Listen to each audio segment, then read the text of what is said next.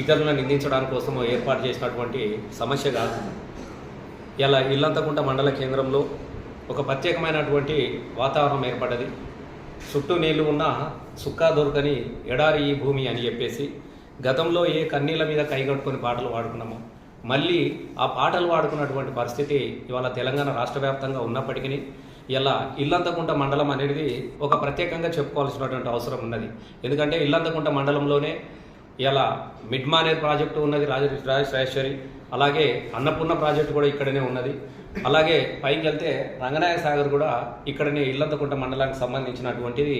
ఇలా ఇది కన్నతల్లి. ఇల్లంతకుంట మండలం అనేది నీళ్లకు కన్నతల్లి లాంటిది. తెలంగాణ రాష్ట్ర వ్యాప్తంగా కోట్లాది ఎకరాలకు నీళ్లు అందించే సామర్థ్యం కలిగినటువంటి ప్రాజెక్టులు ఇల్లంతకుంట మండల కేంద్రంలో ఉన్నప్పటికీ కూడా ఇవాళ గుక్కెడు నీళ్ల కోసం పంటలు ఎండిపోతున్నటువంటి సందర్భం ఇల్లంతకుంట మండలంలో కనపడుతున్నటువంటి దుస్థితి గతంలో ఎన్నడూ కూడా లేదు.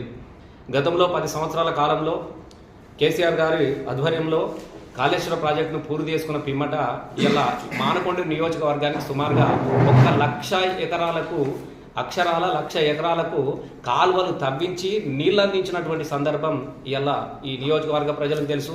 ముఖ్యంగా ఇల్లంతకుంట ప్రజలందరూ కూడా తెలిసిన విషయమే. మరి ఇట్లాంటి పరిస్థితులలో ఇవాళ ఇంకా వరి పొట్టకొచ్చినటువంటి సందర్భం కనబడతా ఉన్నది. మొన్న పంటలు ఎండిపోతున్నాయి అన్నటువంటి సందర్భాన్ని చేసుకొని ఇలా మిడ్మానేర్ ద్వారా, అన్నపూర్ణ ద్వారా, రంగనాయక సార్ ద్వారా కొంత మనం నీళ్లు తీసుకొచ్చుకుంటూ ఇప్పుడిప్పుడే రైతులు కొంచెం కుదుటపడుతున్నటువంటి సందర్భం మనం చూస్తున్నాం. అలాగే ఇవాళ పెద్దలింగాపూర్లో, ముఖ్యంగా పెద్దలింగాపూరు, అలాగే తంగలిపల్లి మండలం కావచ్చు, ఇల్లంతకుంట మండలంలోని పెద్దలింగాపూర్లో ఉన్నటువంటి ఎగువ భాగాలైనటువంటి దాచారము, రామోజిపేట, చిక్కుడువానిపల్లె మొదలగు ఒక 4 గ్రామాల ప్రజలు ఇవాళ పెద్దలింగాపూర్లో ధర్నా చేస్తూ ఉన్నారు. నీళ్లు లేక ధర్నా కాదు, కాలువలు లేక కొంచెం. గతంలో నేను ఎమ్మెల్యేగా ఉన్నటువంటి పరిధిలో బోట్మీది పల్లెలో ఇలా ఫారెస్ట్ ల్యాండ్ ఉన్నందున వాళ్ళు 1 సంవత్సరం దాకా సతాయించినటువంటి సందర్భంలో ఆ రోజు ఆ యొక్క సమస్యను కేటీఆర్ దృష్టికి తీసుకెళ్ళి మేము పర్మిషన్ లేకపోయినా పర్వాలేదు ప్రజలకు నీళ్ళు అందించాలన్నటువంటి ఉద్దేశంతో అండర్ గ్రౌండ్ పైప్ లైన్ వేసి బోట్మీది పల్లెల నుంచి అండర్ గ్రౌండ్ లైన్ వేసేసి మేము పెద్దలింగాపూర్ నుంచి దగ్గర దాకా కూడా క్లియరెన్స్ చేసి నీళ్లు తీసుకుపోవడం జరిగింది. మధ్యలో బండ అడ్డం వస్తే కూడా ఆ బండను బద్దలు చేసి ఇవాళ పెద్దమ్మ చెరువు, పెద్దలింగాపూర్ పెద్దమ్మ చెరువు వరకు కూడా ఇలా నీళ్ళు వస్తే ఆ నీళ్లతోని ఇలా వందలాది ఎకరాల పంటకు నీళ్ళు అందిస్తూ ఉన్నాం. ఎగువ భాగాన కలిగినటువంటి 1 కిలోమీటర్ మాత్రమే ఇటు పెద్దలింగాపూర్ మీద నుంచి అటు కింద చిన్నగా ఈ మన తంగలిపల్లి మండలానికి సంబంధించినటువంటి 1 కిలోమీటర్ మాత్రమే పెండింగ్ ఉన్నది. ఆ పెండింగ్ కూడా దానికి కూడా భూసేకరణకు జరిగినది, కొంచెం పైసలు పెండింగ్ ఉన్నది. అది ఎంత 1,25,00,000 రూపాయలు మాత్రమే టోకెన్ అయ్యి, అది కూడా కాంట్రాక్టర్ తవ్వడానికి రెడీగా ఉన్నాడు. ఇలా రైతులకు ఇవ్వాల్సినటువంటి 1,25,00,000 రూపాయల భూసేకరణ మనం ఇవ్వగలిగితే మన ఇల్లంతకుంట మండలానికి సంబంధించినటువంటి ఈ 4 గ్రామాలకు సుమారు 300 ఎకరాలకు నీళ్ళు అందించే ఈ చిన్న కాలువ పూర్తి అవుతుంది. ఇలా ఆ కాలువ కోసం అక్కడ ఉన్నటువంటి రైతులందరూ కూడా అయ్యా మాకు పార్టీలతో సంబంధం లేదు, మాకు మతంతో సంబంధం లేదు, మాకు కులంతో సంబంధం లేదు, మాకు రైతులకు ఏముంటుంది, దయచేసి ఎమ్మెల్యే గారు 1,25,00,000 రూపాయలు టోకెన్ అయి ఫైనాన్స్లో క్లియర్ ఉన్నది. ఒక చిన్న మాట బాధ్యత తీసుకొని ఒక చిన్న మాట చెప్తే 1,25,00,000 రూపాయలు ఫైనాన్స్ మినిస్టర్తో మాట్లాడి ఇప్పించడం అనేది పెద్ద సమస్య కాదు. దయచేసి మీరు ఇప్పించినట్టుంటే తెల్లారి కాంట్రాక్టర్ వచ్చి 2 రోజులలో కాలువ నిర్మాణం పూర్తి 2 రోజులలో మాకు పంటలు ఎండిపోతున్నాయి సార్. ఎందుకంటే గతంలో సకాలంలో మాకు పెట్టుబడి ఇలా కేసీఆర్ గారు పెట్టుబడి మాకు వచ్చినది, సగం రుణమాఫీ అయినా చేసిండు, సప్పో చేసుకొని మా బతుకులేదు మేము బతా ఉన్నాం. మరి మీరు వచ్చిన తర్వాత సమయానికి పెట్టుబడి రావడం లేదు, మాకు రుణమాఫీ కూడా మాకు చాలామందికి రుణమాఫీ కూడా మాకు జరగలేదు, మాకు యూరియాతో ఇబ్బంది అవుతా ఉన్నది, ఈ ఉన్న భూములు పంటలు ఎండిపోతా ఉన్నది, మేము ఆత్మహత్యలు చేసుకున్నటువంటి దుస్థితి కనబడుతున్నది. కాబట్టి దయచేసి మా మొరను ఆలకించి మా సమస్య పరిష్కారం చూపించమని చెప్పేసి పెద్దలింగాపూర్ సబ్స్టేషన్ ఎదురుగా ఇలా వందలాది మంది రైతులు గత 6 రోజుల నుంచి వాళ్ళు సమ్మె చేస్తూ ఉన్నారు. ఈ 10 సంవత్సరాల కాలంలో ఏ రైతు కూడా వీధిలోకి వచ్చి ఎక్కడ కూడా మాకు నీళ్లు కావాలనో, మాకు నిధులు కావాలనో, మాకు రుణమాఫీ జరుగుతలేదనో, మాకు ఇది వస్తలేదని ఎక్కడ కూడా 10 సంవత్సరాలు ఎక్కడ కూడా మనకు కనబడలేదు. పాత తెలంగాణలో తెలంగాణ రాకముందు ఏ పరిస్థితి అయితే రైతులు వీధులలోకి వచ్చి ధర్నాలు చేసిర్రో, వీధులలోకి వచ్చి రాస్తారోకలు చేసిర్రో, ఇలా మళ్ళీ అదే పరిస్థితి మనకు కనబడతా ఉన్నది. ఇలా యూరియా కోసం చెప్పులు పెట్టి లైన్ కట్టబడినటువంటి దుస్థితి కూడా మనకు కనబడతా ఉన్నది. ఇలా వారం రోజులుగా వాళ్ళు స్టాప్ స్టేషన్గా ఎదురుగా ఉండి ఈ 1,25,00,000 రూపాయలు మాకు ఇప్పియండి సార్ అని చెప్తే కూడా మరి ఇక్కడ ఈ ప్రాంత ఎమ్మెల్యే గారు మరి పట్టించుకోకపోవడంలో ఉన్నటువంటి మతలబ్ ఏందని చెప్పేసి మేము అడుగుతా ఉన్నాం. నీకు చేత కాకపోతే మాకు చెప్పండి, మరి తప్పకుండా మేమన్నా ఫైనాన్స్ మినిస్టర్ని కలుతాం, మేమన్నా క్లియర్ చేస్తాం. కానీ నువ్వు ఇక్కడికి వచ్చి రాకపోతే కాదు. ఇలా రైతులు నిజంగా చెప్తున్నా చాలా బాధ అనిపిస్తూ ఉన్నది. అటు దిగువ భాగాన్ని చూస్తే కాలువ దాకా నీళ్ళు వచ్చి ఆగి ఉన్నాయి, ఇక్కడ కింద నీళ్లు కాలువ క్లియర్గా ఉన్నది. మొత్తం అంతా కాలువ తీయడానికి కోసం సంవత్సరాల కాలంలో మరి నీతో ఎందుకైతే లేదో కూడా చెల్లాల్సినట్టు అవసరం ఉన్నది.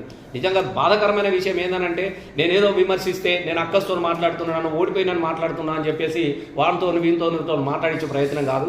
కవ్వంపల్లి సత్యనారాయణ గారు, నేను సూటిగా మీకు అడుగుతా ఉన్నా, దయచేసి మీ కమిషన్ల మీద ఉన్నటువంటి ఇంట్రెస్ట్ను కాలువల మీద పెట్టని చెప్పేసి మేము అడుగుతా ఉన్నాం. దయచేసి ఈ కాలువల మీద మీరు ఇంట్రెస్ట్ పెట్టండి, కమిషన్ల మీద కాదు అని చెప్పేసి మేము అడుగుతా ఉన్నాం. ఈ దీనిలో కూడా వస్తాయి కదా, దీనిలో కూడా కమిషన్లు వస్తాయి. నువ్వు పైసలు ఇప్పించేస్తే సరే, వాళ్ళ వీళ్ళతో రైతులతో మాట్లాడి వాళ్ళు ఏదో తృణమో ప్రణమో నీకు సమర్పించుకుంటారు. సార్, రైతులు ప్రేమగల మనుషులు, ఆత్మగల మనుషులు, కృతజ్ఞత గల మనుషులు. కాబట్టి దయచేసి ఆ టోకెన్ క్లియర్ చేయించి ఈ కాలువని క్లియర్ చేయించాల్సిందిగా మేము కోరుతా ఉన్నాం.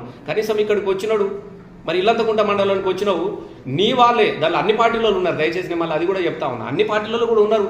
ఒక్క నిమిషం 10 నిమిషాలు కూడా నువ్వు పరామర్శకి వెళ్ళి కనీసం మరి ఎందుకు కూర్చున్నారు ఎండాకాలం పూట, మరి నేనేదో ప్రయత్నం చేస్తా, నేను రేపు పొద్దుగాల నేను మంత్రి గారిని కలుస్తా, మీకు పైసలు ఇప్పించే ప్రయత్నం చేస్తాను, ఒక్క మాట కూడా నువ్వు ఎందుకు అనలేకపోతున్నావు? 4 అడుగులు నువ్వు ఎందుకు పోలేకపోతున్నావు? ఇంకా చాలా బాధాకరం అనిపించింది. నిన్న మొన్న ఈ ఇల్లంతకుంట మాట వచ్చి బాడీ ఫ్రిడ్జర్ అట, చచ్చిపోతే పీనుగలు ఖరాబు కాకుండా మీరు సాగుర్రి, ఇగో దీనిలో పెట్టుర్రి, శవాల నీళ్ళ నూగుర్రి, ఫ్రిడ్జ్లో పెట్టుకున్నట్టు, కూరగాయలు పెట్టుకున్నట్టు ఇళ్ళలో పెట్టుకోరా అని చెప్పేసి అది వంచిపోయినవు తప్ప మరి గడిపోయి వాళ్ళ పరామర్శించలేదు.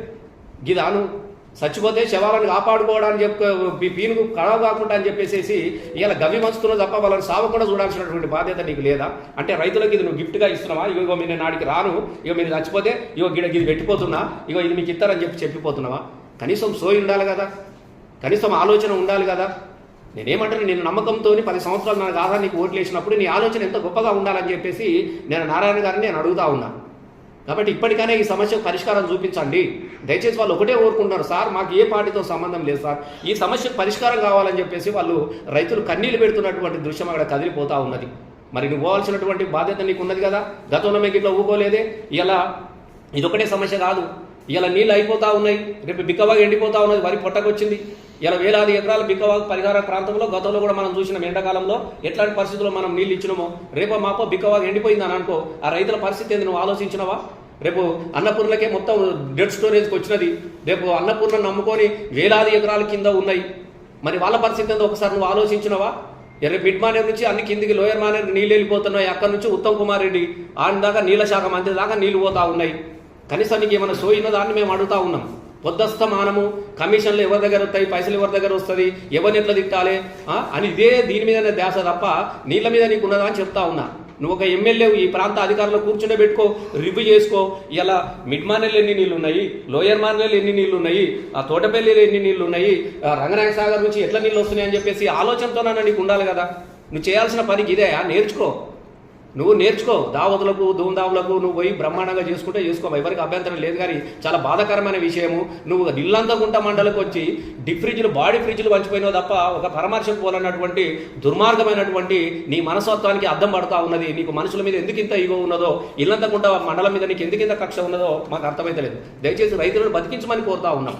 కాబట్టి వాళ్ళు కూడా కార్యాచరణ తీసుకుంటా ఉన్నారు. మేము మళ్ళీ చెప్తా ఉన్నాం, గతంలో మేము ఫారెస్ట్ క్లియరెన్స్ లేకపోవడంతో 1 సంవత్సర కాలం పెండింగ్లో జరిగింది తప్ప అప్పటి కనుక ఫారెస్ట్ క్లియరెన్స్ ఇచ్చినట్టుంటే అప్పటికే మేమే పూర్తి చేసేవాళ్ళం. ఇలా వందల కోట్లతోని మిడ్ మానేర్ కట్టి లోయర్ మానేర్కు నీళ్లు తీసుకొని పోయి అన్నపూర్ణ కంప్లీట్ చేసుకొని, తోటపల్లి కంప్లీట్ చేసుకొని, రంగనాయక సాగర్ కంప్లీట్ చేసుకొని, నీళ్ళు ఆడి తీసుకొని ఇలా పెద్దలికప్పుడు మళ్ళీ బతుకమ్మ చెల్లకు నీళ్లు తీసుకొస్తే ఇలా మత్తడి దుంకుతా ఉన్నది. ఇంత పని చేసి పెట్టిన నేను ఒక 10 సంవత్సరాల కాలంలో కరువు అనే పదానికి అర్థం లేకుండా చేసిన ఇల్లంతకుంట మండలంలో. ఇలా నువ్వు వచ్చి మార్పు అంటే ఇదేనా? మళ్ళీ కరువు తీసుకురావడమే మార్పు అని మేము అడుగుతా ఉన్నాం. రైతులు ఆత్మహత్యలు చేసుకోవడం మార్పు అని మేము అడుగుతా ఉన్నాం. ఇలా ఏ ఒక్కటి కూడా చక్కగా లేదు. అంతో రైతుల కింద రుణాలను ఇచ్చు, ఆపదకో సంపదకో ఎట్లా నీ పెట్టుబడి రాదు. నువ్వు 15,000 ఇస్తా అన్నావు రైతుకు, అది 12 తీసినావు. ఆ 12 వాడు ఎకరం అన్నావు, అర్ధగుంట అన్నావు, 3 ఎకరాలు అన్నావు, ఎవరికి వస్తుంది అయితే ఎవరిని అడిగినా నాకు అసలేదు అని చెప్పినావు. ఇలా రుణమాఫీ అన్నావు, అది ఎవరికి వచ్చిందో కూడా తెలుస్తలేదు, నాకు రాలే అని చెప్తా ఉన్నారు. ఇక అనేకంగా ఉన్నాయి. ఇలా సన్నవాళ్ళకు బోనస్, అన్ని వాళ్ళకు 500 బోనస్ అన్నారు, ఎక్కినాక సన్నవాళ్ళకు 500 రూపాయలు అన్నారు. 500 కూడా చాలా మంది రైతులకు రాలేదు. మరి ఈ పరిస్థితులలో భార్య మెడల మీద పుస్తలతాలు ఉదబెట్టుకొని ఎరువు కోసం ఎరువు తీసుకొస్తామంటే ఎరువు దొరకకపోతే ఇలా బ్లాకులల్లా యూరియా బస్తాలు కొనుకొచ్చుకొని చల్లుకుంటా ఉన్నారు. ఇలా అట్లాంటి సొసైటీల ద్వారా ఎరువులు ఇంత సప్లై చేసి ఇంత కొనుగోలు కేంద్రాలు పెట్టుకొని సకాలంలో కొనుగోలు చేసి రైతులకు పైసలు అందిద్దామన్నటువంటి సొసైటీని కూడా లేకుండా చేసినవే ఇల్లంతకుంట మండలంలో. ఇల్లంతకుంట మండలంలో 2 సొసైటీలు ఉన్నాయి. మరి ఈ 2 సొసైటీలో కూడా నాకు అర్థమైతలేదు. ఒక విచిత్రం ఉన్నది. మీ ప్రభుత్వమే కదా పొడిగించింది, మీ ప్రభుత్వమే కదా మళ్ళీ ఎన్నికలు పెడితే రైతులు ముళ్ళుగారాలతో ముడ్లలో కొడతారు. ఏ రైతు కూడా మనకు ఓటేసే పరిస్థితులు లేదు కాబట్టి ఓటింగ్కు భయపడి ఎన్నికలు నిర్వహించకుండా సొసైటీకి మళ్ళా 5-6 నెలల కాలాన్ని నువ్వు పొడిగించిన కాలం అయిపోయినప్పుడు, మరి పొడిగించినప్పుడు రాష్ట్ర వ్యాప్తంగా అందరికి వర్తించాలి కదా ఈ జీవో. మరి అటు సిరిసిల్లలో ఇచ్చేసిరు, వెమ్లవాడలో ఇచ్చేసిరు, మరి ఇల్లంతకుంటలో ఏం పాపం చేసిరు అని అడుగుతున్నా. 2 సొసైటీలు చాలా బ్రహ్మాండంగా నడుతున్న సొసైటీలు. అది కూడా మీ కాలంలో ఉన్నటువంటి మీరు చేసినటువంటి పాపాలను అన్ని పూడ్చుకొని మీ అప్పులన్నీ తీర్చేసి 2 సొసైటీలను చాలా అద్భుతంగా ఇలా అధిక లాభాలకు తీసుకొచ్చినారు ఇద్దరు. ఇక్కడ మానందరెడ్డిను తిరుపతి రెడ్డి ఇద్దరు సింగిల్ చైర్మన్. లాంటి గాలిపల్లి సొసైటీ కావచ్చు, ఇల్లంతకుంట సొసైటీ కావచ్చు, 2 సొసైటీలు కూడా అద్భుతంగా మూతవాడ పెట్రోల్ బంకులు, కొత్త పెట్రోల్ బంక్ తీసుకొచ్చారు గాలిపల్లికి. ఇలా ఇక్కడ కూడా మూతవాడ తెరిపించారు. చాలా అద్భుతంగా జరుగుతున్నటువంటి సొసైటీల మీద మరి నీ పదేందో నాకు అర్థమైతలేదు. ఏం ఆశించి వీళ్ళని ఇందుకు తొలగించడం? వీళ్ళు ఏం ఆశించి ఇలా అంతటి ఇచ్చారు కదా. హుస్నాబాద్లో వచ్చినాయి, అంతటి వచ్చినాయి. మరి మానకొండ నియోజకవర్గంలో 12 సొసైటీలు ఉంటే 8 సొసైటీలను నువ్వు బెదిరించేసి నువ్వు వాళ్ళకు పెట్టకుండా నువ్వు పర్సనల్ ఇన్ఛార్జిని బెడ్రూమ్లో ఉన్నటువంటి మతలబ్ ఏందని నేను అడుగుతున్నాను. నారాయణ, దేనికోసం ఆపిన? కమిషన్ల కోసమే కదా. రేపు ఇంతో అతో చేతిలో పెడితే ఎవరిని తెలవకుండా రెన్యువల్ వచ్చేస్తుంది. ఇదే కదా రైతులు చచ్చిపోతామంటే. ఈ టైంలో సొసైటీలు రైతులకు ఓదార్పునియాల్సినటువంటి సమయంలో రేపో మాపో నెల 2 నెలలు అయితే మళ్ళీ వాటిలో కొనుగోలు సెంటర్లు అవుతాయి. ఇలా రేపు ఇంతో అంత కొనుగోలు కింద పెట్టుబడి కావాలంటే ఇంత దగ్గరికి పోతాడు, ఇంత అప్పు సప్పో పెట్టుకుంటాడు. ఓ సొసైటీ ద్వారా ఇలా 1 లక్షలు 2 లక్షలు అప్పు తీసుకొని పోయి రైతు ఎలా తీసుకున్నటువంటి కాలానికి నువ్వు పర్సనల్ ఇన్ఛార్జీలు పెట్టినావు. పర్సనల్ ఇన్ఛార్జీలు అప్పులు ఇస్తారా? పర్సనల్ ఇన్ఛార్జీలు రేపు దేనికన్నా బాధ్యత తీసుకుంటారా? మరి ఈ సోయినికి ఉండాలి కదా. ఆపడానికి గల కారణాలు ఏందని చెప్పేసి మేము అడుగుతా ఉన్నాం. అంటే ప్రతిదీ కూడా కమిషన్లు. అయ్యా నీ కమిషన్లు తీసుకుంటే తీసుకో, నీకు పైసలు కావాలంటే కావాలి. ఈ కాలువల సంగతి చూడమని చెప్తా ఉన్నాం. మేము ఇప్పటికైనా చెప్తా ఉంటున్నాం. సొసైటీలు అనేటివి అవి రైతు సొసైటీలు, రైతుకు భరోసానిచ్చే సొసైటీలు. కాబట్టి అలా రాజకీయాలు అవసరం లేదు. నేనున్నప్పుడు కూడా గతంలో నేను వచ్చినాక తర్వాత కూడా గిట్లనే వాళ్ళు దీన్ని మళ్ళా కాలాన్ని పెంచినప్పుడు కూడా అప్పుడు కాంగ్రెస్ సొసైటీ అధ్యక్షులు ఉన్నారు. మరి మేము అట్లా ఏం చేయలేదే. ఇప్పుడు నీ ఎంబడి గిరెట్ ఆయనని కూడా అడుగు, ఆయననే ఎక్కింది కదా. మళ్ళీ మనం పెంచిన దాంట్లో మేము ఎక్కడ మీ ఇబ్బంది పెట్టలేదే మేము సొసైటీలను.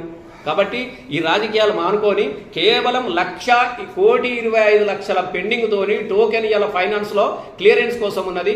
నేను మళ్ళీ చెప్తా ఉన్నా, నువ్వు దయచేసి ఆ పని చేయి.